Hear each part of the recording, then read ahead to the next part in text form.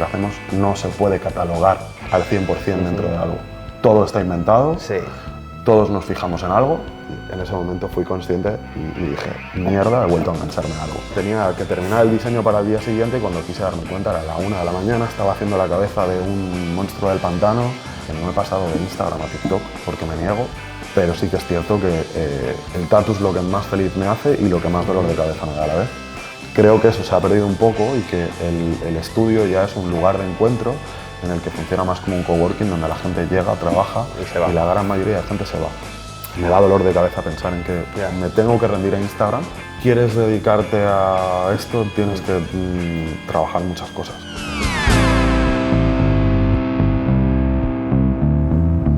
Doska, bienvenido. Muchísimas bienvenido a Hondo Tatu y bienvenido al podcast de Desde Dentro. Muchísimas gracias. ¿Cómo estás? Guay. ¿Cómo ha ido la semana? Muy bien, tío. Como en casa. Bueno, aún seguimos, ¿no? Te quedan unos días. Sí, quedan un par de días, pero muy bien, la verdad. ¿Te has sentido cómodo en la tienda? Sí. Joder, lo bueno es que como ya conozco a prácticamente todo el mundo, Bueno, has venido con tu hermanito, con León. Sí. Bueno, quería empezar el podcast como empiezo con todo el mundo, que es haciendo que os presentéis hablando un poco de vuestro estilo de tatu y así puedo poner fotos de tu trabajo aquí y la gente que no te conoce pues se lleva un poco una idea de con quién estamos. Bueno, pues yo realmente empecé haciendo neotradicional a color, entonces creo que parto un poco de haber empezado con el graffiti y tener una base como de una línea gordita, línea fina de detalle, de haberlo seguido haciendo en el neotradicional y cuando empecé a hacer grabado fue como un poco por azar. Tuve un cliente en concreto que se ve que conocía a alguien que había estudiado conmigo Bellas Artes, no sé exactamente cómo fue, pero me trajo un grabado de un galgo y se lo quería hacer en el vientre y ese fue el inicio de haber empezado a hacer grabado. Yo había hecho en la facultad, había hecho en el bachillerato artístico, pero fue como todo muy azaroso. Había intentado hacer algo parecido, tanto en graffiti como cuando empecé a tatuar, no salió y fue pues, igual 4 o 5 años después de haber tatuado, incluso 6 te diría, que empecé a desarrollar un poco el grabado. Este chico se quedó encantado con el tatu y enseguida me pidió cita para la semana siguiente, que tenía como una especie de catálogo de tatus, no de tatus, de grabados clasificados, tanto de ilustración médica como medieval, etcétera, etcétera, y me empezó a pedir que yo versionara esas ilustraciones clásicas, que eran todas o grabado o puntillismo, que en realidad creo que lo podría englobar dentro del grabado, pero básicamente empecé con eso, intentando ser bastante fiel a lo que él quería, pero llevándomelo un poco a mi terreno, sobre todo técnicamente con el rollo de las líneas. Y eso ha acabado derivando en ir soltándome, ir dejando que los clientes fueran sacándome de una línea y a la vez creando una, que era pues eso, empezando a trabajar con botánica, volviendo a la ilustración científica, anatómica y acabar haciendo un grabado, supongo que más personal y menos medieval, que es lo que quizás es más común. ¿Y qué fue lo que te enamoró entonces? O sea... Bueno, yo el primer recuerdo que tengo dibujando, aparte de saber que toda mi infancia me he tirado dibujando y me regalaban algo y jugaba con la caja y pintaba en la caja y dibujaba en la caja, cuando yo empecé a dibujar y a ser consciente de que lo estaba haciendo fue en Francia, en el pueblo de mi madre. Es un pueblo muy pequeñito, hay 3 calles, son todo granjas, y mi abuelo, que era militar, tenía una colección de aviones de plomo. Entonces mi abuelo estaba obsesionado con ponerme los aviones de plomo y que yo dibujara los aviones de plomo. No es que me fascinara, pero me parecía complicado porque era las primeras veces que intentaba encajar al natural, que fue algo que luego fui consciente de que ella había hecho.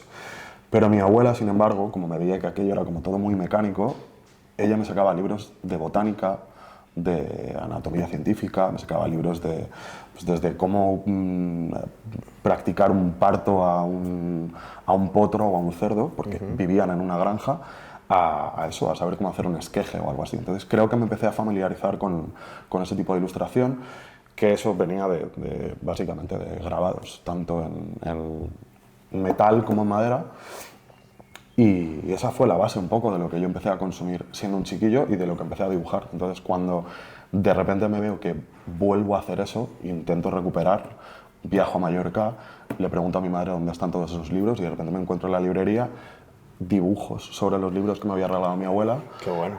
Apuntes sobre como collage prácticamente hecho sobre esas referencias que tuve y nada, poco a poco he ido volviendo a eso y acabando pues, estando fascinado por los cráneos, por la ilustración científica, botánica, y yo creo que la base de mi trabajo es esa, pero también me dejo como mucho influenciar por lo que me piden. Por eso tengo algún proyecto mezclado con pseudo japonés, porque no creo que lo pueda llamar japonés, pero también con una ilustración mucho más medieval, aunque no con el estilo medieval, sino con la temática medieval. Entonces creo que me estoy dejando llevar un poco por las temáticas que me piden, pero disfrutando más de la técnica y de intentar hacer que siga pareciéndose que es algo mío. ¿Crees que entonces es como un viaje a la infancia? Sí, totalmente. De manera totalmente inconsciente he vuelto a dibujar lo primero que dibujé. Qué brutal. Sí, y de hecho en la facultad fue el momento en el que yo me empecé a obsesionar con los huesos y con los cráneos. Por una mala noticia, descubrí lo que era la metástasis ósea, empecé a obsesionarme con eso, empecé a buscar qué eran esa enfermedad y cuando empecé a ver eso empecé a hacer dibujos y estudiar la anatomía de los cráneos y creo que fue el momento en el que empecé a desarrollar eso y que a partir de ahí pues acabé dibujando cráneos de animales, humanos y mezclándolo con todo aquello que sí que había dibujado en mi infancia. Pues me encanta esta historia porque muchas veces la gente en el canal preguntan ¿cómo consigo encontrar mi estilo?, ¿no? Y al final a veces es algo tan básico como volver a tu infancia, como en tu caso, y encontrar qué es lo que nos hizo vibrar la primera vez y entender qué es lo que nos hace vibrar ahora, ¿no? Creo que justo esto que estás diciendo es lo último que creo que he hablado en público cuando me invitaron a lo de Always. Tuve un momento de plantearme si quería hablar de mi trabajo, quería exponerme como el resto de artistas, que son gente top a nivel nacional, y de repente presentarme como uno más no me parecía lógico. Entonces le estuve dando muchas vueltas y me planteé justo esto, que creo que lo que más me preguntaba la gente es cómo había llegado a eso o por qué son tan buenos mis clientes de que todo el mundo me pide lo que a mí me gusta. Y creo que no es tan eso como que creo que intenté ser consciente de dónde estaba y de lo que tenía que hacer dentro de lo que a mí me gustaba para que funcionara en la ciudad. Y entonces en Always intentaba explicar que cada ciudad y cada entorno y cada background hace que sea vendible tu trabajo o funcione con un entorno o consigas tu nicho. Creo que yo he sido muy fiel a mi background y he sido muy fiel a mis inicios y creo que me lo ha puesto muy fácil. Creo que he estado en el sitio adecuado, en el momento adecuado, con la aparición del Blackwork. Resulta que soy ligeramente daltónico y que de repente de estar trabajando a color en neotradicional poder volver a aquello que hacía en la facultad que me gustaba con un dibujo mucho más natural para mí, con unas referencias realistas con las que me sentía más cómodo, de repente ha salido solo, no he tenido que forzar nada. ¿Sueles dedicar tiempo a dibujar también cuando tienes...? Pregunto esto porque los tatuadores obviamente tenemos esa cosa de querer tatuar y muchas veces cargamos con tanto trabajo que nos acaba quedando un día libre a la semana y ese día obviamente nadie quiere dibujar. Pero tú cuando dibujas... Tengo la suerte de coincidir con gente que dibuja mucho más que yo. En el estudio tenemos artistazos que están todo el día dibujando y he coincidido y tengo amigos que me empujan y me arrastran porque saben que disfruto haciéndolo, pero que tengo muy poco tiempo libre y que, como tú dices, estoy demasiadas horas trabajando. Pero he encontrado el equilibrio para poder quedar. Tenemos pendiente ahora que no ha podido ser por días, pero mi socio Saez ya estaba viviendo en Valencia, entonces ahora es mucho más sencillo, y Isidro Bomba, que es un colega con el que más dibujo, pues estamos empezando a juntarnos, a sentarnos, a quedar los lunes, que es nuestro día libre, para coger pincel, coger lápiz, coger papel, coger madera y apartar un poquito el iPad y disfrutar y volver a mancharnos las manos. Que es ¿Y cuando haces esto es también grabado o juegas con otras cosas? Sí y no. Hacía mucho tiempo que tenía ganas de tocar el pincel y estoy preparando una especie de backpiece que ya hice como pretendiendo ser flash disponible para tatuar justo a Saez, que me pidió un Namakubi, y preparé dos Namakubis, uno de ellos como más tradicional y el otro tendiendo un poco más quizás a lo que yo hago. Y el otro día tenía ganas de pintar con pincel y me planteé hacer eso porque había manchas de sangre y quería probar volver a manchar con cepillo de dientes, con un pincel rollo estropajo y volver a técnicas en las que no tenga que intentar reproducir lo mismo que hago en tatu, sino intentar escaparme del tatu siendo fiel a lo que hago de dibujo. Entonces, en la base, en cuanto a concepto y en cuanto a dibujo, sigue siendo lo mismo, pero la verdad es que lo último que he hecho ha sido a pincel. Tengo alguna cosa que he intentado hacer con un pen, que no soy muy amigo de los pens, pero con estas puntas de boli. Hice una colaboración también con Saez. Él hizo una especie de demonio a color y yo hice un cráneo humano full realista, pero con puntillismo. Intento salir un poco de la trama y del grabado cuando puedo. Has hecho un matiz que me parece curiosísimo, que has dicho que has hecho algún motivo japonés, pero en grabado, Sí. y has concretado con esto de que no era algo tan medieval. Desarróllame esto un poco, o sea, quiero decir, porque al final yo lo que veo es que es una técnica, ¿no? Sí. El hacer este efecto de grabado, que obviamente va asociada a una época en la que obviamente pues, entraba esa imagen medieval, Sí. pero que al final no deja de ser una técnica que se puede aplicar hoy, puedes Sí, hacer cualquier sí. motivo, ¿no? Sí, de hecho esto se aplica al dibujo con plumilla o al dibujo con lápiz, y la gente en Estados Unidos creo que habla como de cross-hatching, que es básicamente hacer líneas cruzadas. Si mal no recuerdo, la aparición de la imprenta es a principios del siglo XVIII. Con la aparición de la imprenta deja de tener sentido el grabado, era mucho más eficiente la imprenta. Entonces, todo lo que vino antes de eso, todo lo que queda como referente, sí que estaba hecho con grabado o con buril o con punta seca, pero todo lo que viene después ya empiezan a haber otro tipo de técnicas y se puede empezar a reproducir la fotografía. Entonces, básicamente el dibujo de grabado lo vinculamos a justo eso, quizás a algo más A un medieval o a un periodo que engloba un dibujo más aplicado al libro o aplicado a la cartelería, pero lo que yo hago, aunque sí que pueda coincidir en cuanto a concepto, intento salir un poco de la síntesis que se tenía que hacer para reproducir en un libro. Esto es un poco lo mismo que las aplicaciones del diseño gráfico. Cuando eres capaz de hacer una síntesis para que algo funcione desde un formato muy pequeño a un formato muy grande, has conseguido hacer algo que funcione prácticamente sobre cualquier superficie. Al tener que pasar del papel a la piel, siempre hemos intentado sintetizar. Creo que por lo menos desde que yo tengo uso de conciencia y por cómo aprendí a tatuar, siempre me han obligado como a simplificar. Y creo que el grabado aplicado al tatu me ha permitido como volver a retorcer y a volver a buscar la complejidad. Al principio era mucho más sintético con el trabajo de la línea. Me llegué a pasar de oscuro hasta el punto de en las zonas más oscuras perder la línea, y ahora estoy intentando encontrar el equilibrio para que el grabado predomine y en las zonas oscuras igual trabajar con un poco de puntillismo para oscurecer sin tener que seguir machacando con línea y que eso pueda generar herida o pueda envejecer mal.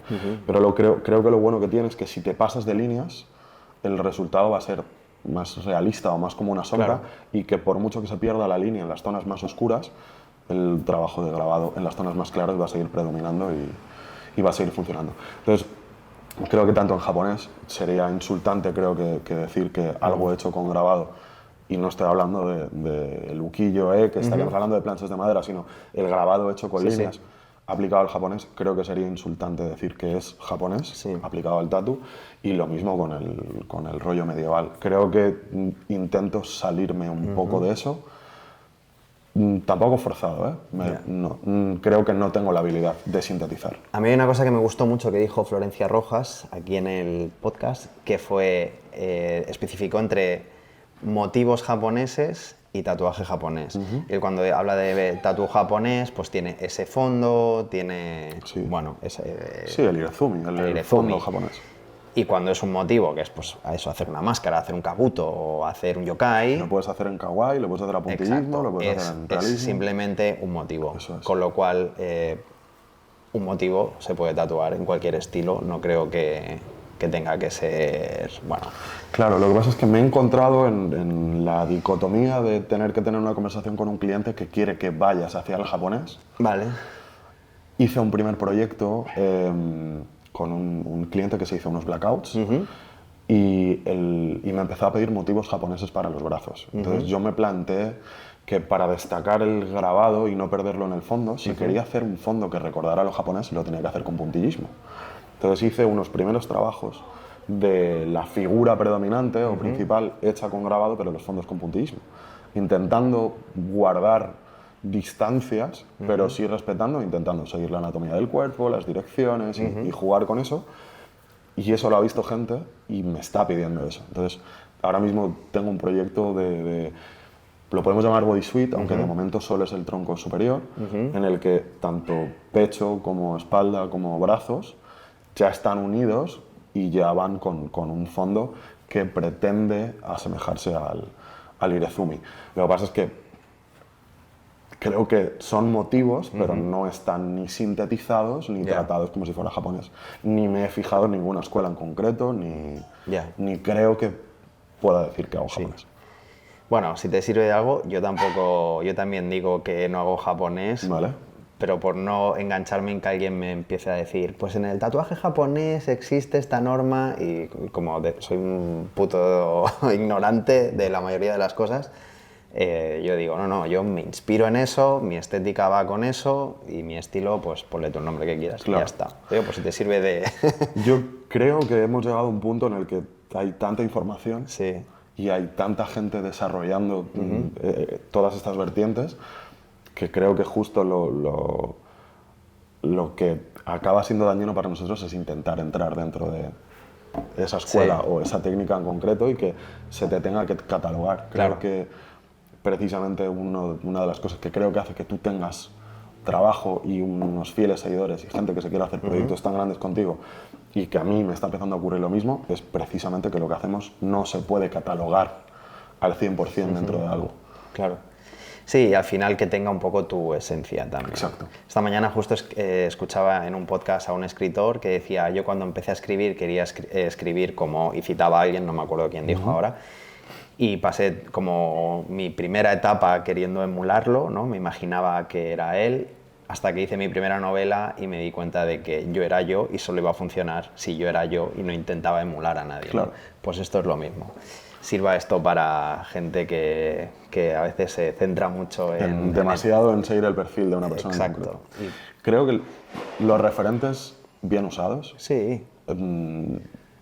O sea, vamos a ser claros, todo está inventado, todos nos fijamos en algo, pero yo intento consumir la menor cantidad de grabado posible. Y si me preguntas sobre, no sé, sobre Herschel y sobre 4 grabadores concretos como Goya, como Durero, ok, sí, los he visto, pero cuando hago mi trabajo intento no fijarme en eso. Cuando hago mi trabajo intento no tener ningún referente que tenga que ver con el tatu cerca.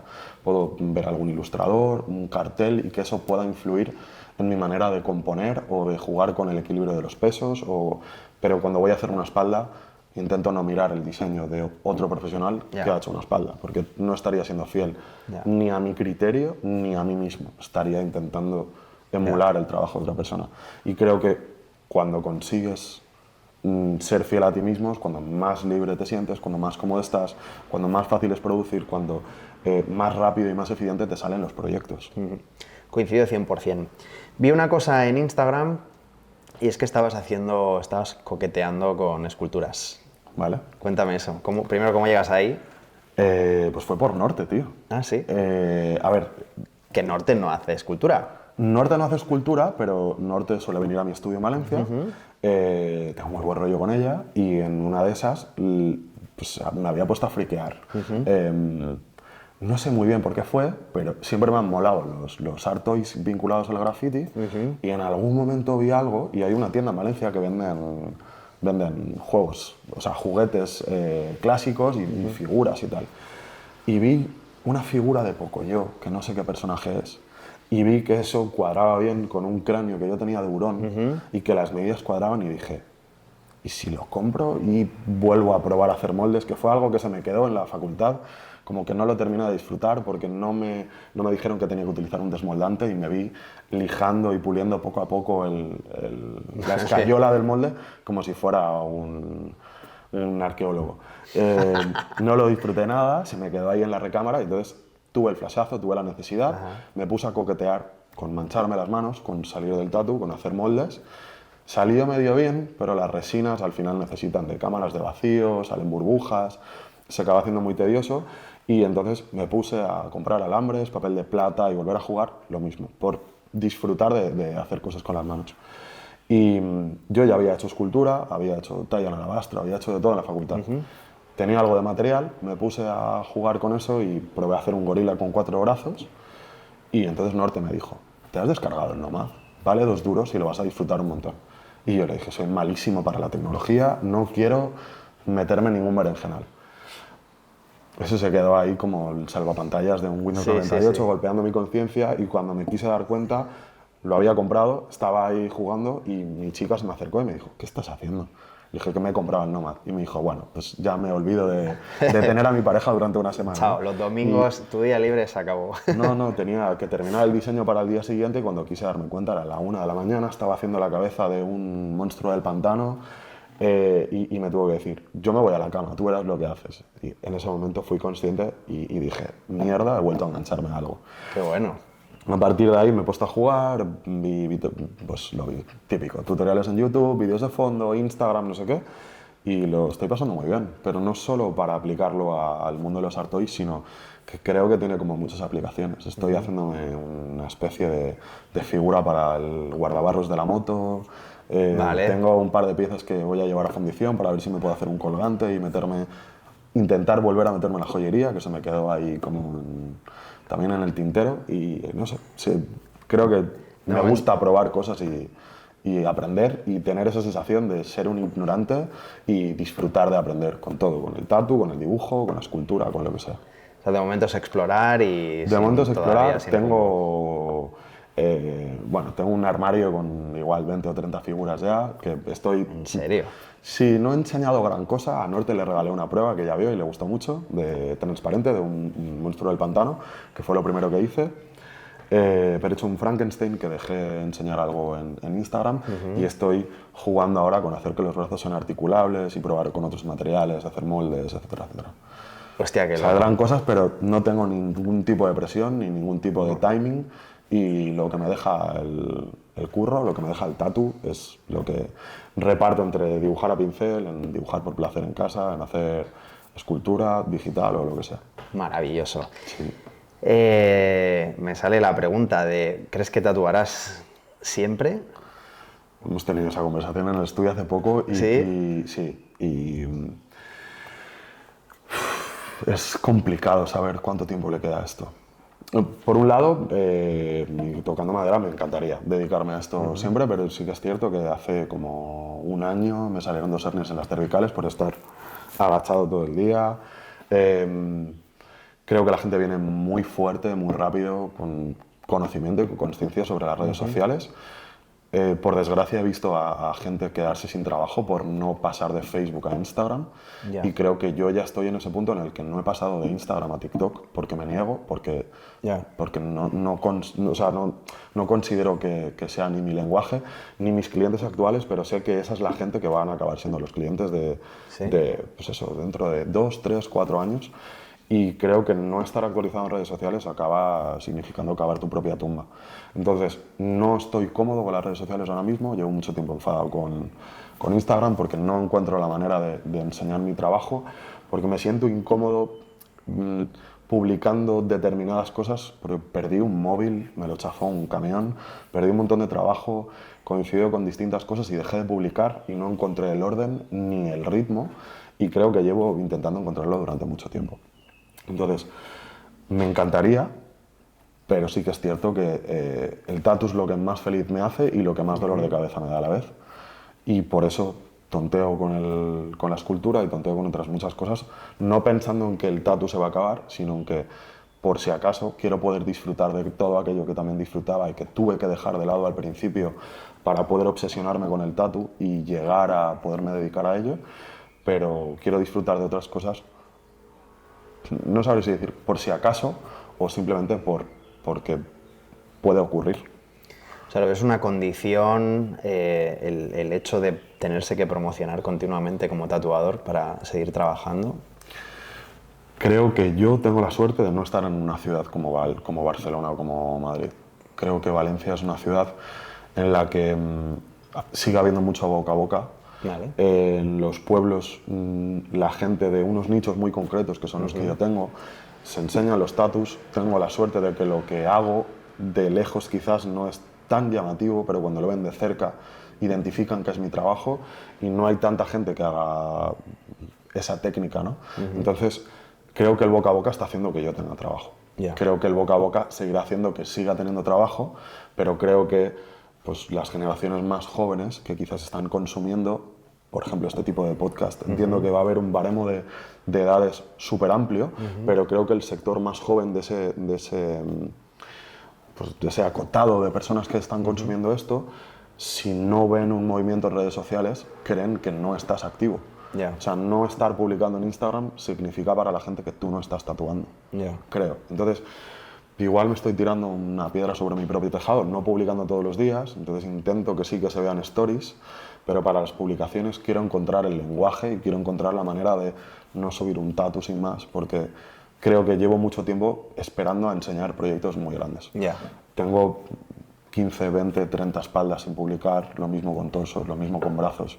La gente de mi entorno me dice que soy un cafre, que debería estar publicándolo todo todos los días, pero no acabo de encontrar el horario, ni las ganas, ni la motivación para eso. Me estoy centrando en dibujar, en disfrutar del tatu, en disfrutar de los clientes que tengo, de los proyectos que me está brindando esta época, y entonces estoy all in con eso. Supongo que ahora cuando llegue verano voy a intentar volver a enseñar ese trabajo y volver a reconciliarme con las redes sociales. Ya. A mí, o sea, quizá coincido, pienso un poco igual, solo que me da mucha rabia aceptar que dependemos tanto de una red social. O sea, sé que a lo mejor es como esta frase de viejo cebolleta, ¿no? De, no, los tiempos antiguos eran mejores cuando, ¿no? Pero hostia, no creo que nos tengamos tampoco que rendir con un Instagram como la única opción de No, desde seguir luego creo viviendo. que lo que tú estás haciendo, que es llevarte a YouTube, llevarte a convenciones, seguir manteniendo tanto aquello con lo que yo empecé, era más eso. O sea, a veces me da tristeza ver que gente que está arrancando ahora no ha vivido el tatu que yo viví. Ya. Y creo que yo tengo 33 años, no soy ningún pureta, pero creo que sí que he aprendido como un pureta. Creo que tuve la suerte de dar con gente que me machacó en el dibujo, en el horario en el estudio, en el tiempo que le dedicabas al dibujo y sobre todo en el horario. Y en esto es un trabajo y cuando llegas al estudio, si no tienes tatu, dibujas, produces, aprendes. Creo que eso se ha perdido un poco y que el estudio ya es un lugar de encuentro en el que funciona más como un coworking donde la gente llega, trabaja Y se va. y la gran mayoría de gente se va. Ya. Lo entiendo, pero me hubiera encantado que toda esa gente hubiera recibido la mano dura que yo recibí porque estarían mucho más motivados. Entonces, gracias a Dios, en el estudio, en mi estudio, junto a mi equipo, creo que todos empiezan a tener un poco ese dinamismo y repito, es gracias a Saez, por ejemplo. Saez tiene un modus operandi, una manera de trabajar y un protocolo en el que está pintando, está dibujando, está encajando, está preparando un libro, está trabajando sobre madera, está haciendo cartelería, está tatuando y está constantemente trabajando y cuando llega al estudio se pone a producir. Y tiene momentos de comunicación, de tener un buen ambiente en el estudio, pero en el estudio se va a trabajar y se va a producir. Y eso creo que condiciona mucho en cómo ha aprendido la gente, en cómo evoluciona el tatu y en cómo determina que si durante todo ese proceso de estar trabajando y produciendo, si no estás tatuando y no lo enseñas en redes, desapareces. Yo me da dolor de cabeza pensar en que me tengo que rendir a Instagram y por eso vuelvo a pensar, como comentábamos el otro día, igual volver a moverme en alguna convención fuera de España, en volver a viajar a Europa, en volver a pisar Alemania, en volver a pisar Italia y en intentar enriquecerme de esa gente que ha vivido el tatu de otra manera y que tiene muchísimas cosas que aportar, pero que creo que tenemos que aprender también de cómo está funcionando el tatu ahora.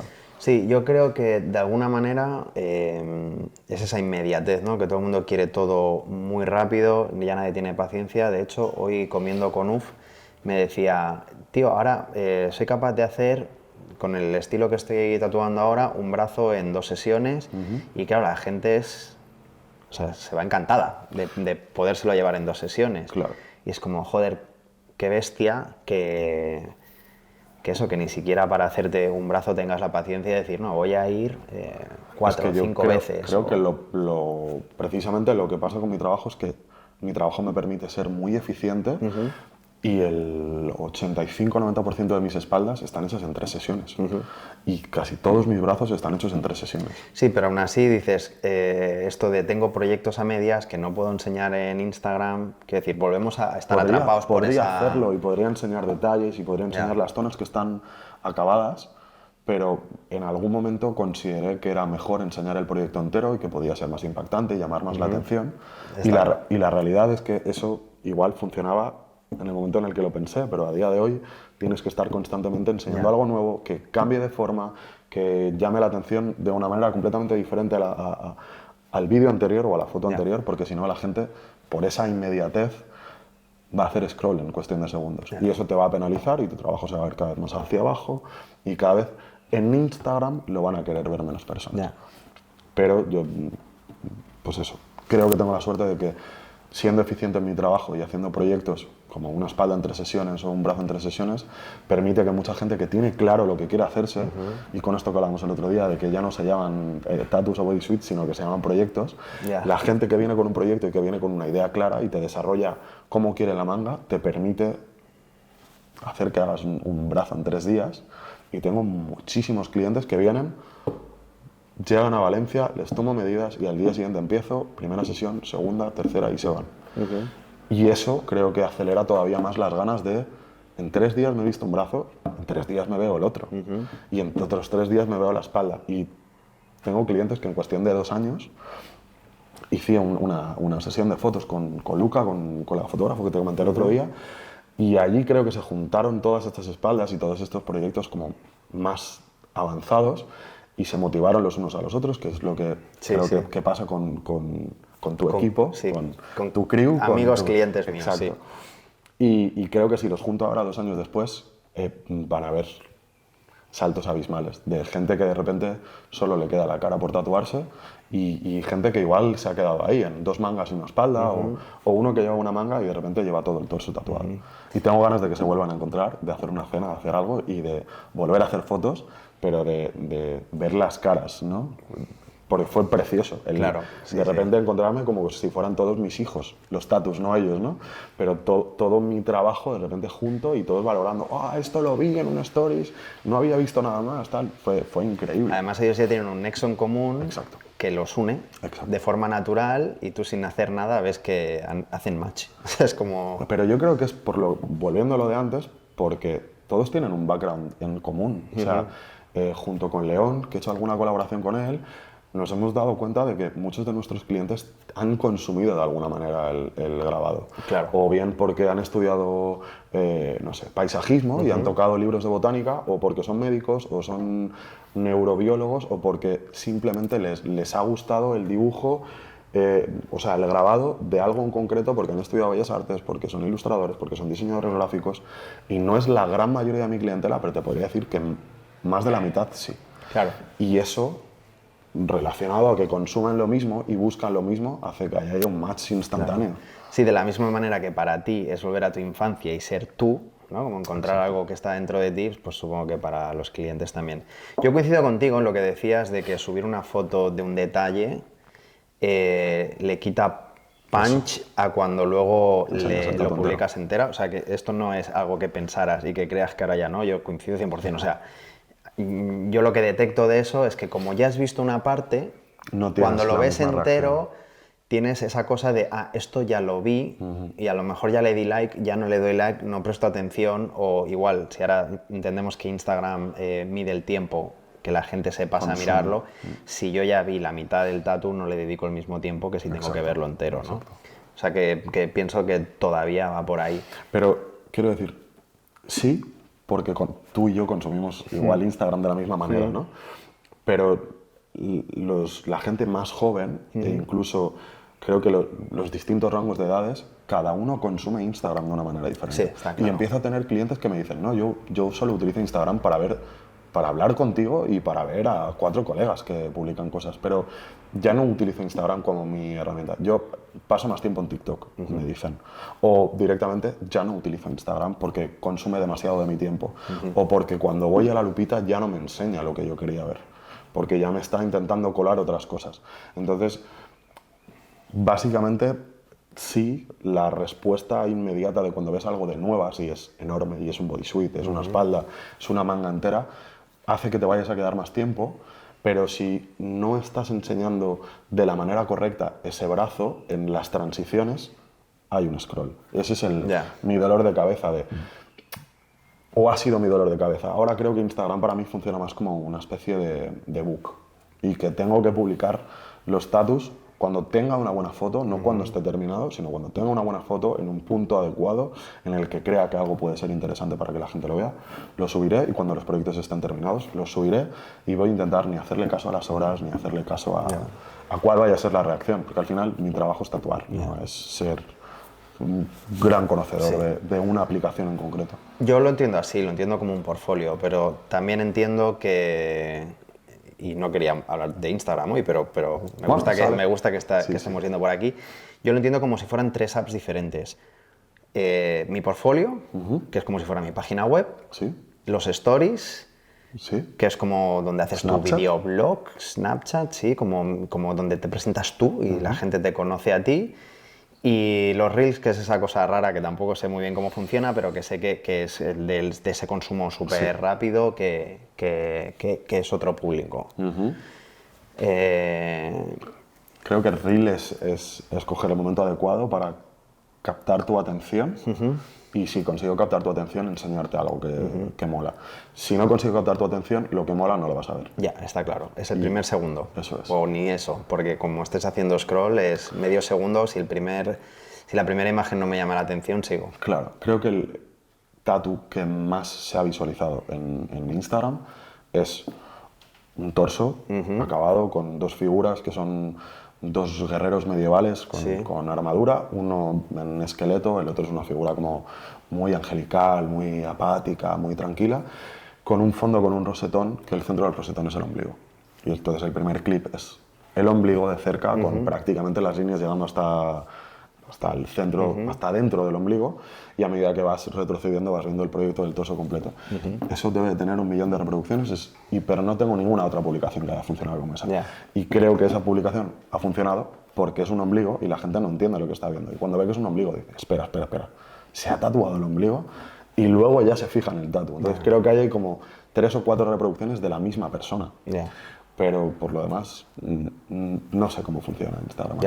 Yo creo que igualmente es tan básico como la vida misma. Es decir, al final se trata de presentar tu trabajo. Cuando estábamos en la escuela y llevabas tu proyecto con grapa, daba una imagen. Cuando llevaba un canutillo, o sea, el de esto daba otra. Si le ponías plastificado por delante y cartón por detrás, y ya empezabas a como mejorarlo. Y si lo llevamos al tatu y hablamos de convenciones, por ejemplo, tienes tu stand, que puede no tener banner, que puede tener un banner precioso y aparte otra historia colgando, que además puede tener una escultura delante, que puedes tener un libro donde la gente ve el trabajo. Creo que la única guerra con la que tenemos que lidiar es con la inmediatez, pero todo lo demás es exactamente el mismo juego. Sí.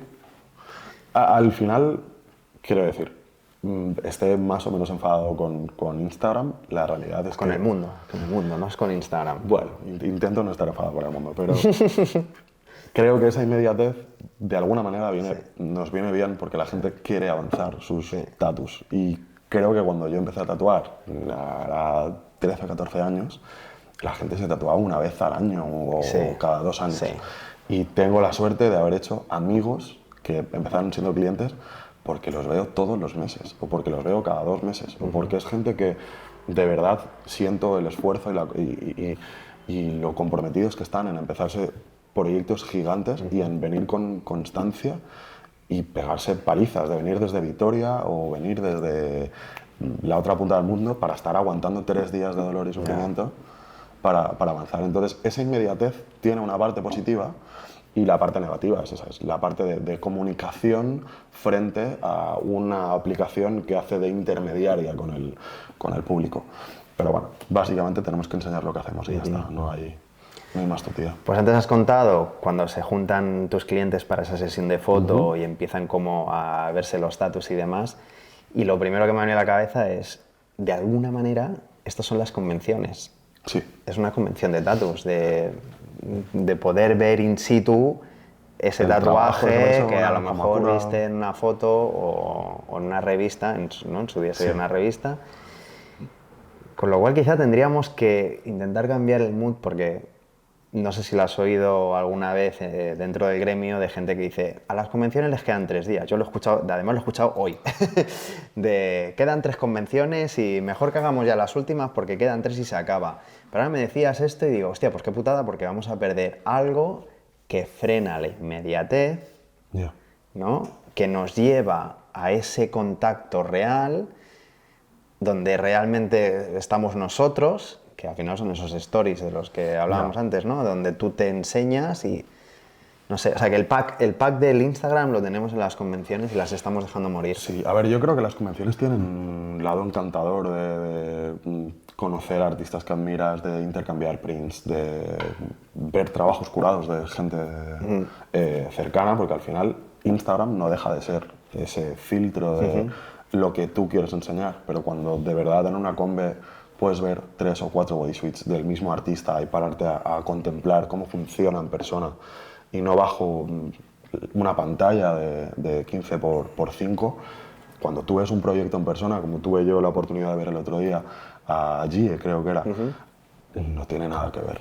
O sea, es una maravilla ver cómo funciona un proyecto en dinámico, ¿no? No barriendo la cámara para que se vea todo el tatu, sino viendo cómo funciona con las articulaciones y con la movilidad.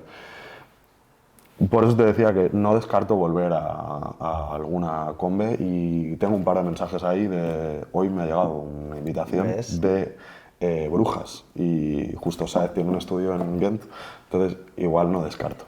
Claro, eso es porque se ha empezado a mover la energía. Y porque ayer estuvimos hablando de ello y nos han escuchado y han dicho, bueno, vamos a sonar. Qué bueno que algo que hablamos ayer, a los dos hoy, nos ha cambiado el día un poco, ¿eh? Sí. Qué divertido. Pues sí, yo creo que no tenemos que dejar morir las convenciones. Quizá yo siempre digo que tengo mi amor-odio también, porque al final requieren mucha energía y siempre es motivador, pero a veces vuelves y el cansancio te hace decir, guau, es la última. Pero que no deberíamos de eso. Y si no, buscar otra manera. Me ha gustado mucho antes también que has dicho de encontrar ese espacio dentro del estudio como para dibujar todos juntos y poder crecer. Sí, pues, ser capaces de tener un poquito de búsqueda personal dentro del dibujo y del tatu, pero no tan pendiente de lo que te pida el cliente, sino de lo que te está pidiendo a ti el cuerpo estar dibujando en producción. Y por eso a mí me flipa hacer flash y tener cositas y una o 2 veces al año poder sacar un poquito de eso que tienes pendiente que querías hacer y no sabes cómo sacarlo, y creo que las convenciones es un buen momento también para sacarlo. Hay una cosa que he escuchado también a muchos tatuadores, que es aquello de el tatu es muy físico y hay que cuidarse, desde tatuadores con tendinitis, pero nunca había oído a nadie con... Bueno, sí es verdad, Norte, que la has mencionado tú también, ella también tiene bastantes problemas con las cervicales. Puede que tenga algo que ver también. Primero, mi madre ya viene de casa tocada de la espalda. Mi madrina también, que es su hermana, y yo estaba entrenando bastante heavy boxeo. Es probable que fuera un cómputo global de todo y que en algún momento hiciera clac por estar forzando la maquinaria. Mucho proyecto de espalda, mucho proyecto de torso, mucho tiempo agachado, mucho tiempo dibujando y luego entrenando, creo que por encima de mis posibilidades, sin tener una base quizás, hicieron que me lesionara. Lo del túnel carpiano, tendinitis, todo esto lo he visto bastante a menudo y hay que cuidarse porque creo que, volviendo a la pregunta de antes, igual no me veo tatuando hasta los 60 porque no sé si voy a llegar.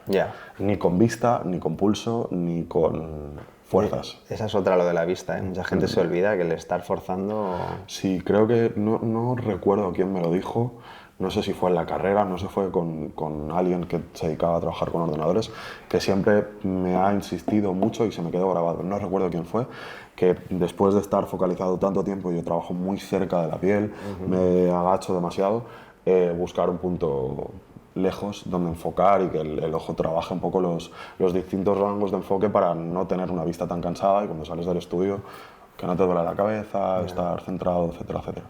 Con esas cosas sí que intento tomarme en serio. Pues yo tengo un amigo diseñador gráfico, también es diferente, ¿no? Es pantalla, es luz, pero igual de forzar la vista, de querer trabajar muchas horas, se petó primero un ojo, luego le vino el otro. Hostia.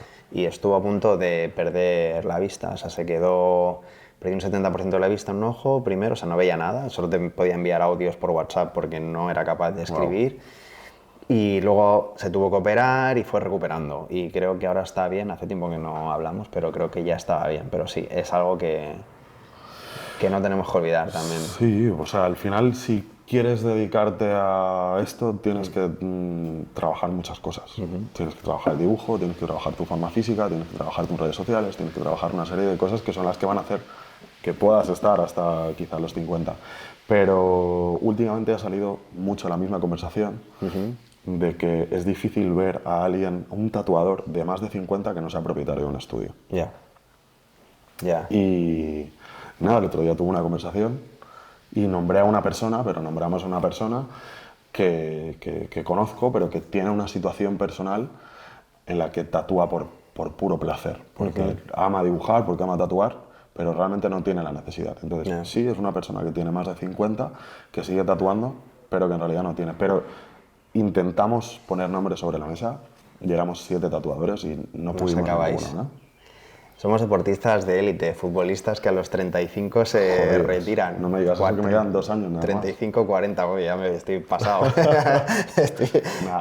estoy viviendo de la renta, A ti te queda mucho, tío. Bueno, no lo sé. Yo digo que lo importante es tener un espíritu joven. Sí, por supuesto. Bueno, de lo que hablábamos también, de la lesión de muñeca, de tendones y demás, creo que tiene que ver mucho también las máquinas de bobina, que aquí en un podcast... Tenía que salir, ¿eh?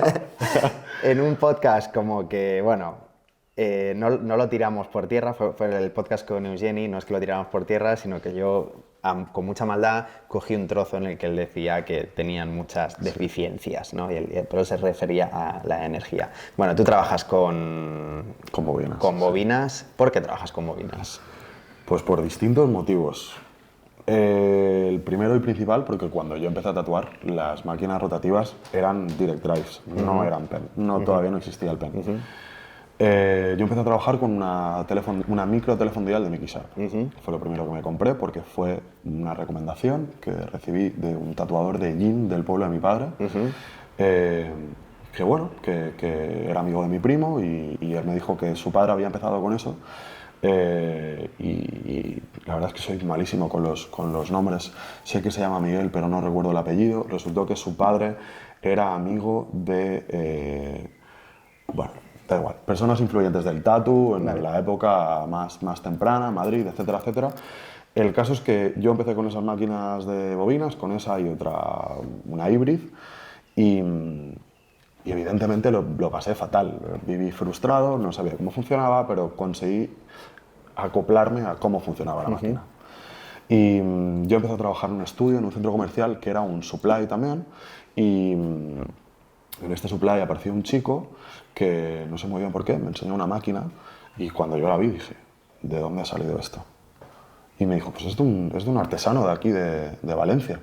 Y le dije, dime quién es, porque yo necesito comprarme una máquina porque la mía ya no sé cómo funciona. Y me dijo, es de Storm Irons. Y yo dije, ¿de quién? De Storm Irons. Busco en Instagram, escribo. Yo había vivido en Burjasot, que es un pueblo de Valencia, cuando llegué a Valencia, y resulta que cuando yo me estaba mudando ya para irme de Burjasot, empecé a coincidir con una pareja mega empiquetada, que iban tatuados, los dos canosos, y me llamaron muchísimo la atención porque iban muy cerca de mí. Pues después de escribirle a esta persona, que era Ernesto, que es el fabricante de máquinas de Storm Irons, me invita a pasar por su taller, tengo una conversación con él, me pregunta qué dibujo, qué máquinas utilizo, le enseño un poco mi trabajo y me dice, no puede ser que con esa máquina estés haciendo esa línea. Y yo le decía que sí, me dijo, tráetelas que las quiero ver. Me preparó una máquina, que fue lo primero que le encargué, empecé a trabajar con su máquina, me arregló las máquinas de Mickey Sharp, que estaban descalibradísimas, me empezó a enseñar un poco a calibrar Y de alguna manera, y le tengo que estar eternamente agradecido, Ernesto se centró en que yo aprendiera cómo funcionaban las máquinas de bobina, en enseñarme a calibrarla, a cambiar un fleje, saber si aquello estaba funcionando o no y a saber cuál era el material que yo necesitaba para mi trabajo en concreto. Entonces, yo empecé a trabajar con máquinas de Ernesto y Ernesto fue dejándome probar máquinas para que yo pudiera llegar a hacer lo que estoy haciendo a día de hoy, hasta el punto de que llegamos a hacer una colaboración de unas máquinas que él preparó, que eran unas máquinas específicas que había desarrollado un poco para hacer grabado de una manera muy rápida y muy eficiente para mí y para, bueno, para la gente que quisiera ese producto. Entonces, Ernesto se encargó de que yo le tuviera el respeto y el valor a la máquina de bobinas, que creo que mucha gente no le tiene porque no ha tenido esa facilidad. Bueno, entonces, lo entiendo. Quizá la frustración esta que hablaste, que tuviste, es la que hemos tenido muchos. Exacto. Tuviste que yo trabajo todavía con bobinas, pero es un desastre. Claro, pero vistes lo sencillo que es girar un poco el tornillo. Yo no te digo ni apretarlo, era girar un tornillo. Tengo que decirte que lo pensé. Pero aquello de... No la voy a tocar ahora. De no sé qué ha pasado y no la voy a tocar ahora. Y cuando te lo dije y lo hiciste, porque, bueno, contémoslo, yo ayer estaba tatuando, te dije, tío, justo hablábamos de las bobinas, te dije que yo sin bobinas no vivo y yo iba y esto no funciona. Y nada, lo tocaste tú enseguida, empezó a correr la máquina como siempre y dije, tío, esto lo que pasa es que lo tenía muy en el baúl del recuerdo. Ya. Si me hubiera parado un momento a decir, y esto me trae lo de la inmediatez otra vez. Claro.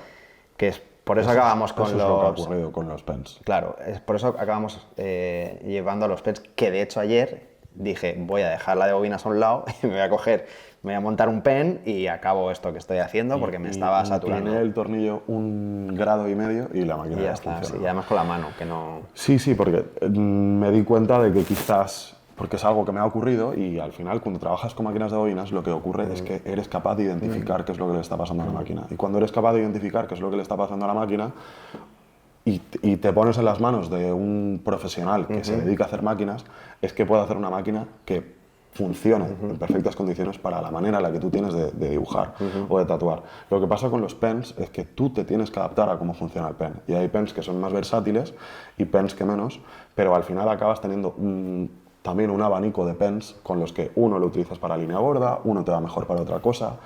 Cuando una máquina de bobina tiene aquello que no tiene ese pen, que es que hay un profesional que está dedicando su trabajo y está haciéndote algo a mano para que te dure toda la vida y para que, si tienes esto de conocimiento, puedas trabajar de manera más eficiente, más rápido y, sobre todo, creo que de manera menos lesiva. En mi caso, he probado trabajar con Direct Drive, que Ernesto tiene unas Direct Drive que yo las utilizo para hacer puntillismo, pero para hacer línea no sirven, y él me dijo, pruébalo si quieres, pero no sirve. Color, puntillismo, y para eso lo utilizo. Ya no meto color, pero si tengo que hacer algo de negro sólido, las he utilizado. Y he probado el pen, y Leonca ha insistido muchísimo, y me ha puesto un montón de pens en la mano, y me ha probado...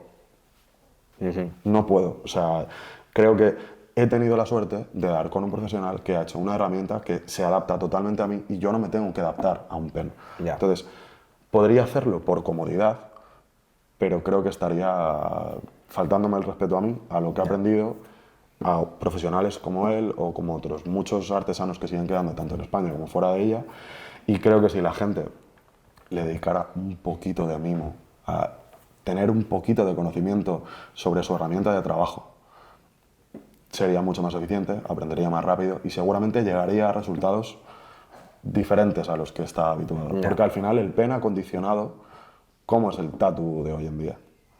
Todo está yendo en una dirección por la aparición del pen.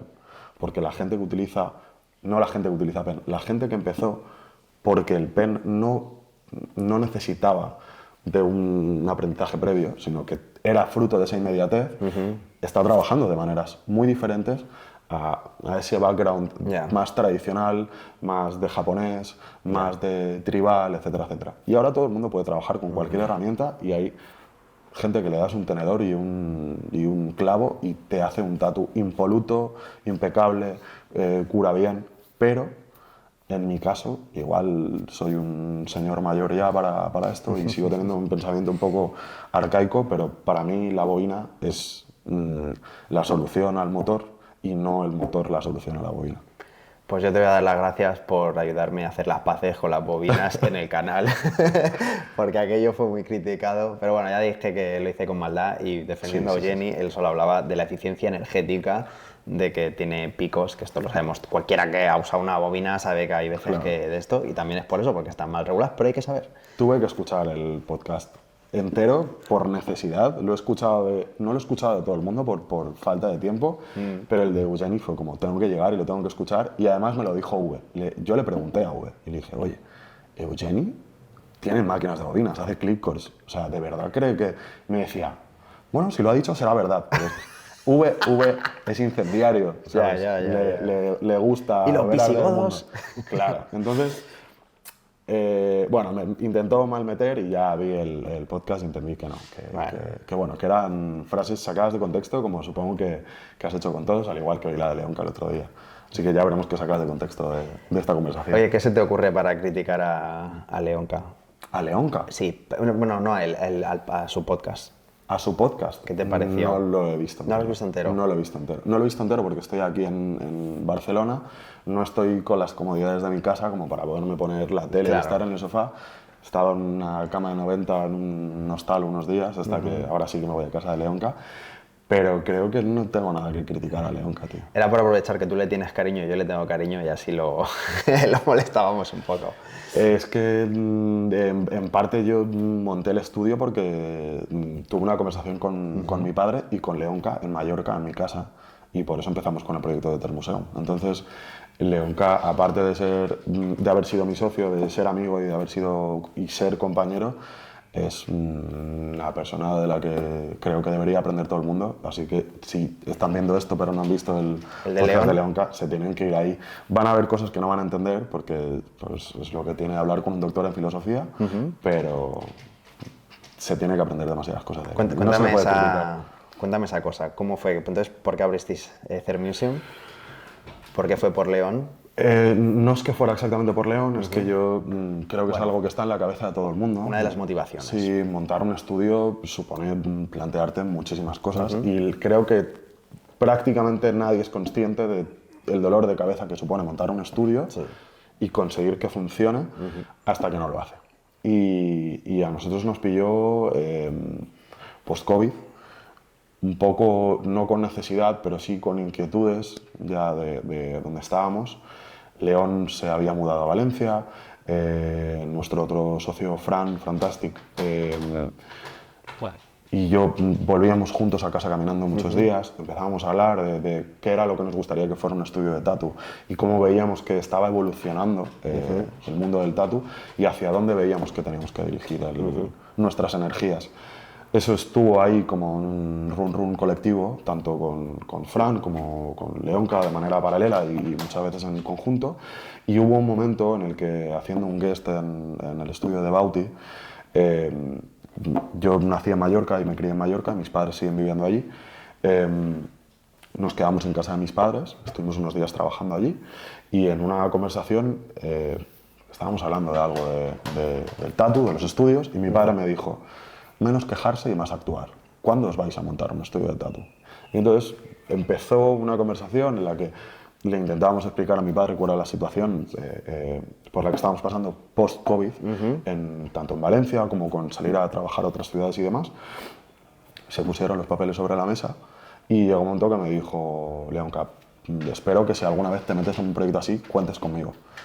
Y le dije: bueno, esto es algo que ya he hablado con Fran, podemos ser tres buenos perfiles, creo que podemos aportarnos en nuestras carencias los unos a los otros, así que cuando lleguemos a Valencia tenemos que sentarnos a hablar de ello.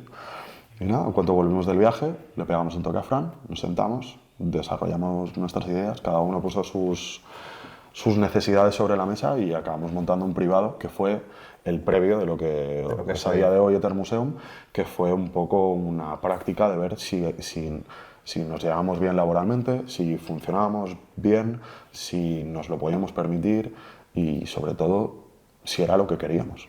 Y, de alguna manera, todo fue un poco empujado para que acabáramos a pie de calle en un estudio un poco más grande, con un montón de amigos que estaban empezando a mostrar interés por el proyecto y que algunos se quedaron y otros se fueron por motivos personales, pero al final acabamos teniendo un proyecto muy bonito en el que no hay egos en el estudio, todo el mundo es súper humilde, súper trabajador, tiene perfiles muy diferentes y nos encanta estar allí, aprender todos de todos y intentar crecer de manera equilibrada y paralela. Y tener, sobre todo, todo aquello de lo que teníamos inquietudes cuando tuvimos esa primera conversación en casa con mi padre, intentar llevarla a cabo. Y han pasado 4 años o algo más y seguimos con esas. León nos dejó, se vino a Ondo otra vez porque era su casa. Pero bueno, sigue siendo parte del equipo de alguna manera y sigue viniendo y seguimos haciendo, pues eso, el Flash Day que viene, León que va a estar en casa, va a estar con nosotros y vamos a seguir trabajando juntos. Y a día de hoy, esa decisión, ¿cómo lo sientes? ¿Estás contento de tener el estudio? Es una dicotomía importante. Un amor-odio. Sí, he tenido un par de momentos de breakdown heavy, de plantearme si de verdad merecía la pena tanto esfuerzo. Y hay días que pienso que sí, que es una maravilla estar rodeado de un equipo tan grande, con pues, tantas iniciativas y tantas ideas y tantas cosas que te hacen crecer y estar activo y no dormirte en los laureles. Pero por otro lado, me gustaría poder viajar más, ver más a menudo a mi familia, tener más tiempo libre para mis amigos. Entonces creo que hay que buscar un equilibrio y que evidentemente tener un estudio es una cosa que me ha permitido crecer mucho a nivel laboral porque he podido de alguna manera frenar en momentos en los que he necesitado frenar y poder pegar un acelerón cuando lo he necesitado, pero sobre todo que he tenido muchísimo más contacto con artistas a los que admiro, colegas a los que admiro que han podido pasar por el estudio y he podido coincidir con ellos cuando ellos han viajado al estudio, cuando he viajado yo fuera. Entonces, es una maravilla porque la gente te ubica en un sitio, se atreve más a sentarse a hablar contigo, a empezar proyectos, a hacer expos en conjunto, a tener proyectos entre varias personas y eso gana. Toda la parte positiva que tiene tener un estudio gana, pero sí que es cierto que es un dolor de cabeza constante. ¿Qué sería lo peor, si tuvieras que decir algo? Lo peor de tener un estudio. Lo peor de tener un estudio.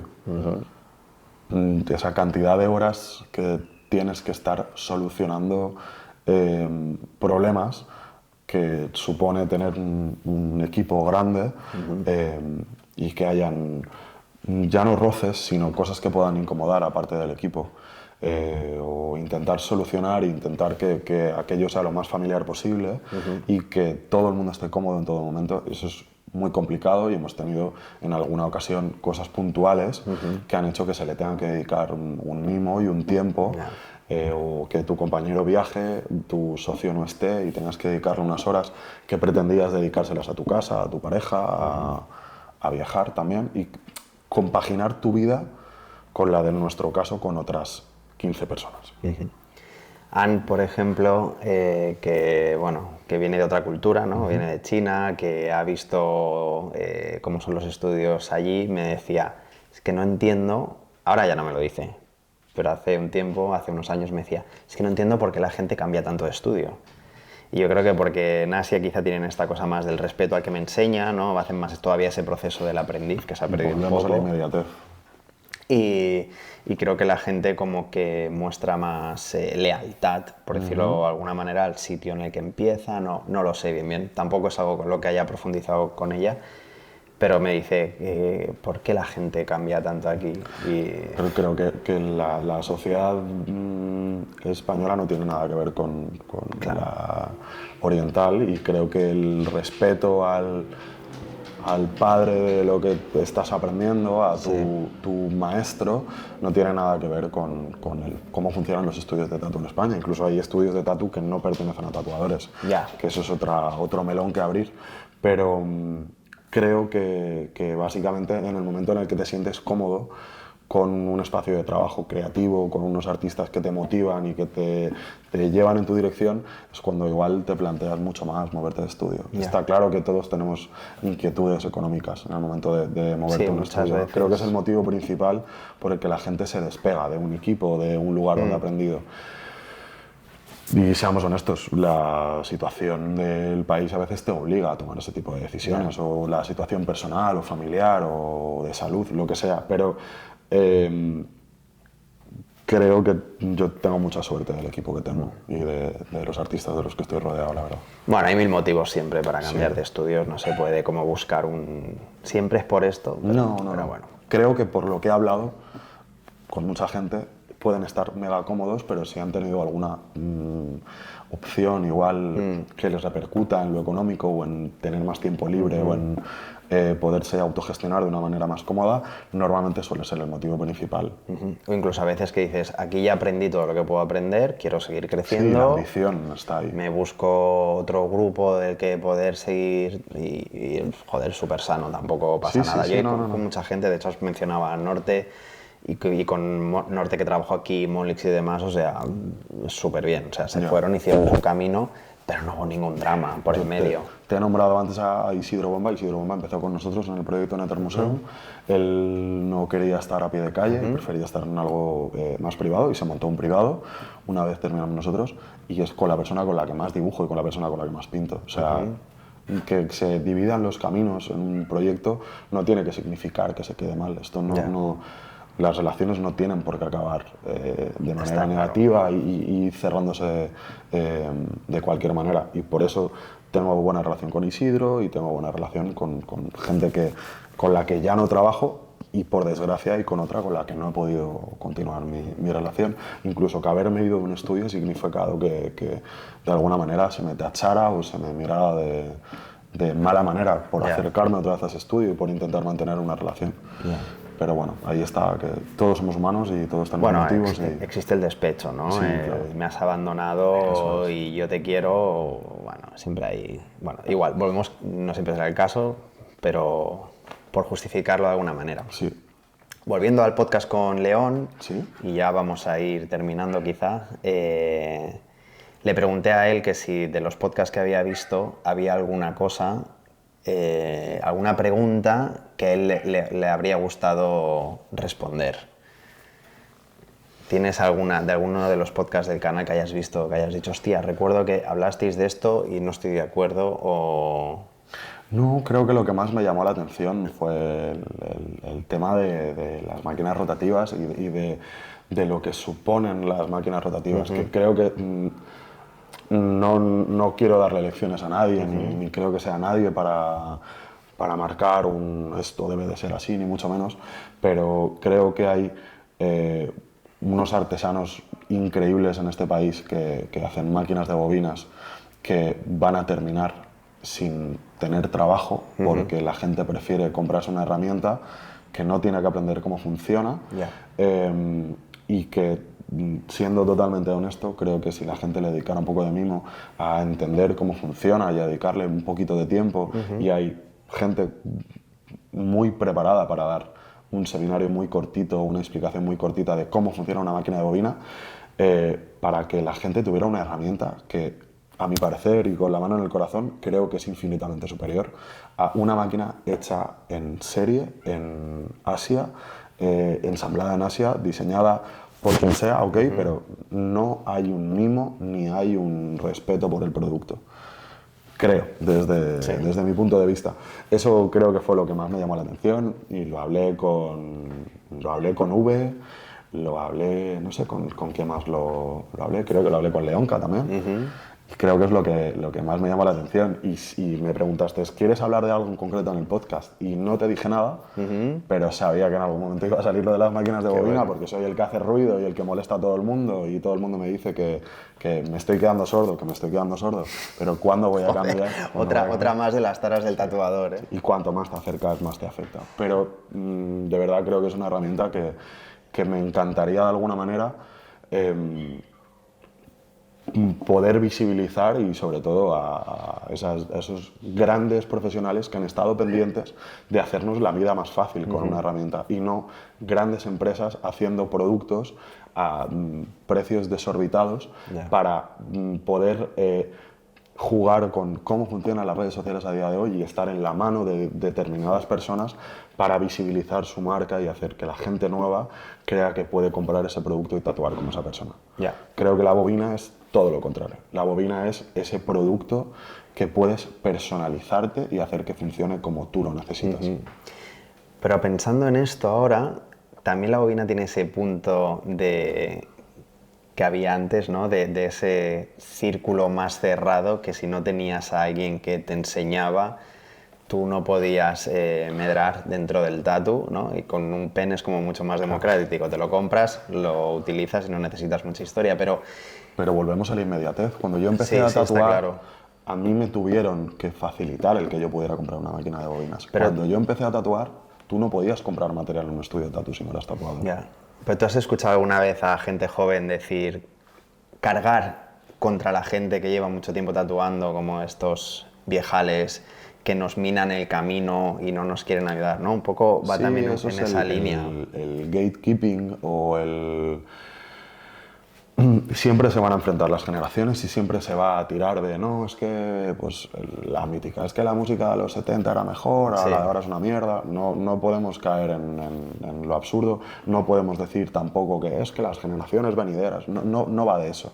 Evidentemente todo evoluciona muy rápido, las redes sociales facilitan todo, Internet ha facilitado todo, pero también ha permitido que entraran al mundo del tatu potencias económicas para malear y convertirlo en otra cosa.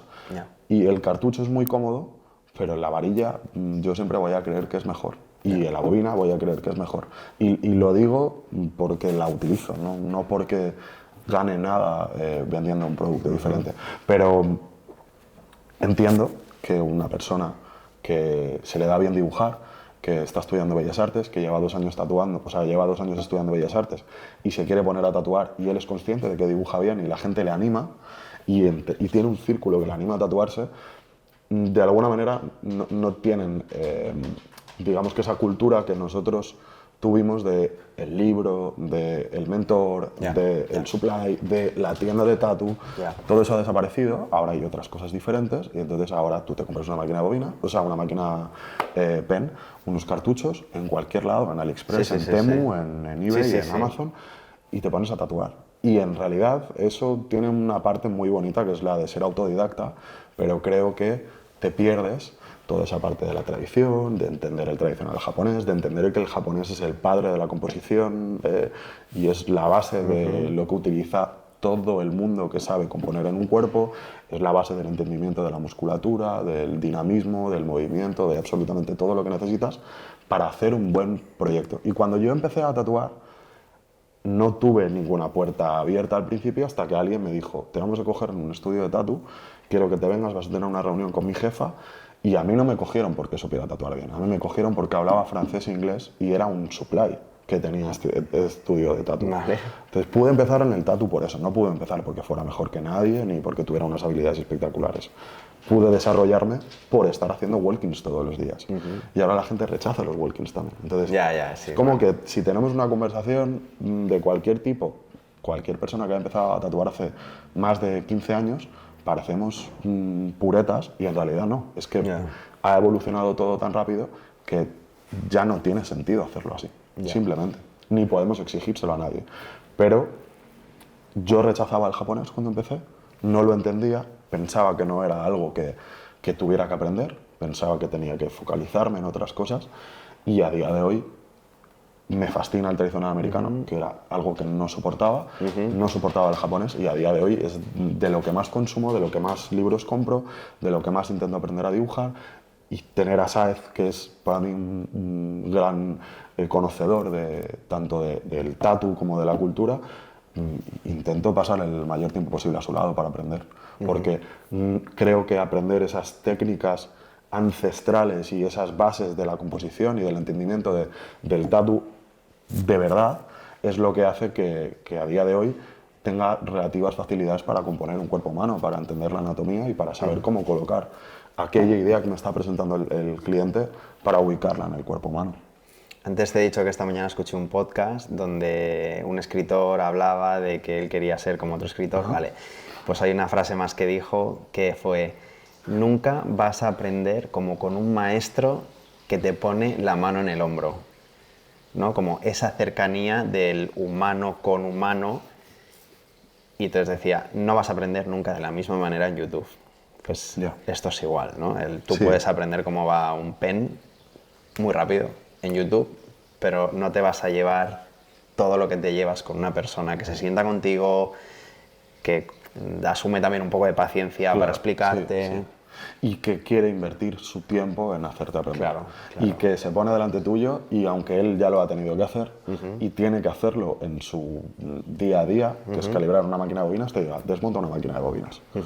¿Cuál es la que más utilizas? ¿Esa es la que te va bien? Esa es la que vas a desmontar. Claro. Hasta que no te vuelva a funcionar igual, no te vas de aquí. Qué marrón, que nunca me lo hagan. Claro, eso es un marrón, pero eso es lo que hace que de repente te veas haciendo un guest con 3 máquinas en el bolsillo, partas un fleje y digas, llevo un kit de llaves Allen muy chiquitín y un kit de flejes y en 15 minutos tengo la máquina funcionando otra vez. ¿Qué te pasa si llevas un pen y se te rompe en un guest? Ya, que le tienes que pedir a alguien. O si está trabajando, igual te quedas sin tatuar. Ya. ¿Quién te gustaría escuchar? Siempre hago la pregunta de a quién te gustaría ver en el podcast. Aquí. Lo repito por 25ª vez a Saez. Saez. Creo que nos conocéis, creo que sí que... No. En persona no. Creo que Saez, aparte de ser la segunda persona con la que yo me tatué y que se ha convertido en una de las personas más importantes de mi vida, es mi socio, es mi compañero de viajes, me voy ahora a Ghent, a Crossroads, a su estudio a currar unos días, me voy de viaje en verano con él. Creo que es una persona que me fascinaría veros hablar de 2 puntos de vista tan diferentes del tatu. Qué guay. Él que viene de ser diseñador gráfico también, pero que es mega loco de los colores, de las paletas así un poco ácidas, de plantear el japo de una manera más tradicional quizás, pero intentándoselo llevar a algo más, creo que a veces más americano, más apreciando el rollo de los hot rods, de Radfink, creo que tiene un cóctel ahí muy interesante. Bueno. Y creo que me gustaría veros hablar de tatuaje tradicional, de cortes, de las maneras de entender. Pues te lo traes la próxima vez que vengas de guest. Estaría cojonudo. ¿En la moto? ¿O venís en tren esta vez? Él tiene Harley también. Ah, sí. Yo creo que... Va, pues pongo la batería, la mía. Vamos y nos hacemos una vuelta después. Nos vamos a... No muy lejos, aquí a Montserrat. Nos vamos a Vinuesa. Él dice que no va a ir en moto, que va a ir en la furgo. Vamos con una furgo Escoa, pero vamos varios con las motos. Lo intento convencer de venirnos con las motos y así me puedo sentar ahí enfrente a escucharos hablar. Perfecto. Oye, tío, mil gracias. Me ha encantado, me lo he pasado súper bien. Espero que... Sí, no, al principio pensaba que me iba a dar más mal rollo, pero... es fácil. No es la primera vez del todo y pues eso, ya haber estado hablando contigo estos días ayuda, como que ha allanado el terreno. Sí. Millones de gracias por la oportunidad. Te olvidas del chisme. Sí. Te olvidas de que va a haber gente que lo vea. Sí. Luego ya veremos a ver qué sale y qué cortas para generar hype. Bueno, y ya está. Nos dirán seguro que les ha parecido el podcast y seguro que todo el mundo dirá que súper bien. Bueno, no creo que sea mucha gente. Espero que les haya gustado y espero que pues nada, que esa mentalidad igual un poco más arcaica no genere barreras con esa gente que trabaja con pen, porque no critico el trabajo con pen, creo que es increíble lo que se está haciendo a día de hoy, pero sí que me gustaría que la gente aprendiera como yo he aprendido, porque me hizo feliz y me ha hecho estar aquí contigo. Así brutal, que, pues ahí queda el mensaje. Gracias por verte el vídeo hasta el final y acuérdate que en breve vendrá otro podcast que seguro que también te va a gustar.